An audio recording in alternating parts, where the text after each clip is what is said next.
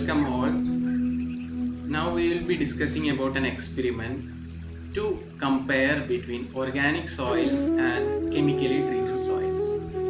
For this experiment, you require 2 glasses of water and 2 samples, one of chemically treated soil and another of organic soil. Here we have to immerse both into 2 different glasses of water, and let us see how it is conducted and what are the results.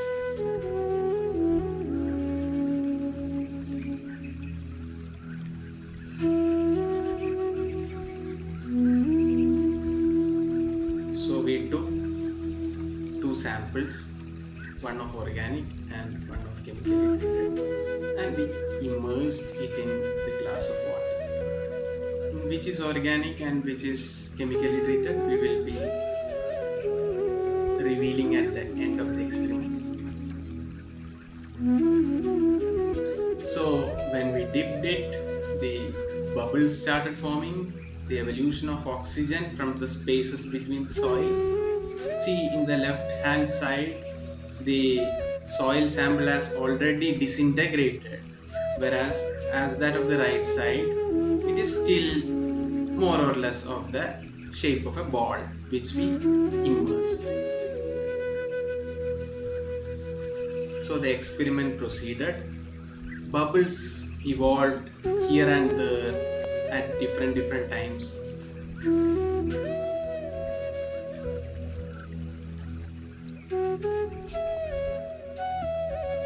By observation, we can easily understand that the left side container has a black sample of soil, whereas in the right side it is not as black as of the left side soil.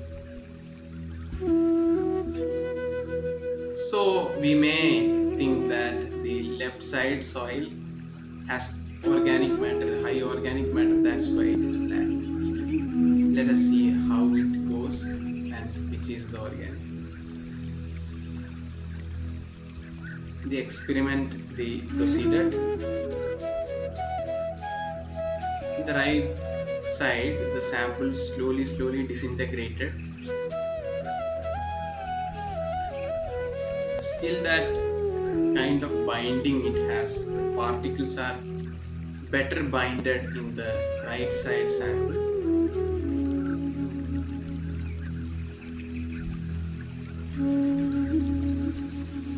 Bubbles evolved, continue, the evolution of bubbles continue.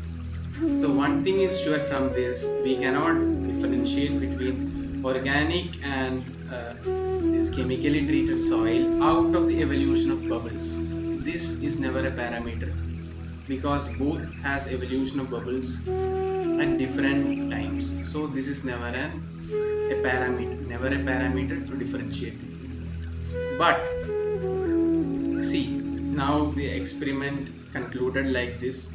The right side sample is still more or less of that shape itself, very less disintegration, whereas of the left side container, at the moment we immersed the sample in the water, the disintegration has happened. So what is the conclusion? Which is organic soil and which is chemically treated soil? Before coming to that, let us see why organic soil is called organic. Because we are not using any chemicals, any synthetic chemicals. So the microorganisms have a better possibility of survival in that soil.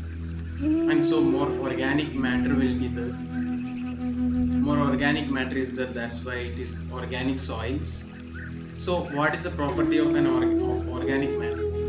Organic matter, otherwise the microbially acted humus, all this will be high in an organic soil.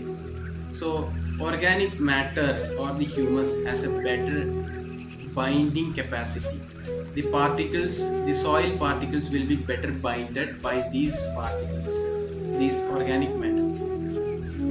Like a cement will bind between the bricks, this organic matter will bind between the soil particles. So that is what we saw in the right side container. the right side container has a better amount of organic matter. Means we can conclude that the right side container is an organic soil, whereas the left side container is chemically treated soil. So another parameter to compare, or another direction of thought about this, is that about the porosity. We all know for better survival of microbes as well as the roots of plants, there should be well porosity. The soil should not be compacted. Soil should have enough porosity. So if we are just simply observing this experiment, the left side container disintegrated, the left side sample, soil sample disintegrated the moment we immersed in it. So does this mean it has a better porosity? Yes. For our observation, visually we can conclude it has better porosity, but that is not the reality. Why? There are two types of pores in soils. One is macropores and another is micropores. Macropores are large, whereas micropores are less, or are small, less in size. So these micropores are not, we cannot make a better sense out of micropores, we can out of using our eyes, whereas we can easily make a sense out of this macropores, and that is which has happened in the sample, left side sample. How? This macropores, large pores, are enough, plenty in this left side sample, because that is chemically treated. It has less organic matter, so it has a poor aggregation, a poor structure. A poor structure will give it numerous macropores, but this doesn't support life, or this doesn't support enough of the processes in the soil. Why? These macropores cannot hold water as much as that of micropores. Macropores are large in nature. Its adhesive capacity to bind with the water molecules is very less. It cannot hold much water. But the micropores are meant to hold water. So the micropores are enough in the organic soils due to its aggregation, due to its good structure, well structured nature. It has better micropore, it has more micropores and a better water holding capacity. As we know, the organic soils are more resilient in the drought situations. If the soil is organic, it has more organic matter, it has more micropores, means it can hold better water. So the resilience it shows in drought conditions is higher compared to that of chemically treated soils. So this porosity is not based on the macropores. And the porosity, we may think the porosity is high for macropores, but it is not like that. The more micropores result in a better porosity. How we can conclude like this? If we take a solid chalk, some solid chalks and chalk powder, which will have a better surface area, which will have more surface area. Of course, chalk powder is having more surface area. The same concept is applied here in this soil space between soil, the pores. Macropores are large in nature, micropores are small, but the numerous amount of micropores result in more space in the soil. So it gives more porosity than that of the macropores in the chemically treated soil. In general, these macropores are high in chemically treated soil and organic matter is less in chemically treated soil.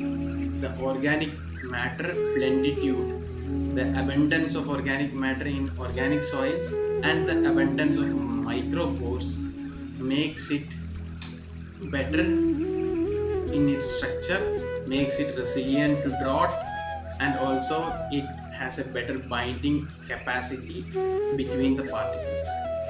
So this can be an experiment which can be practiced to compare between organic soils and chemically treated soils. This is in a very general case. There can be exceptional samples, but still this can be a general experiment conducted to compare between organic and chemically treated soils based on the time it takes to disintegrate, or based on the nature it shows, the binding it shows. We can compare between organic and chemically treated soils. Thank you.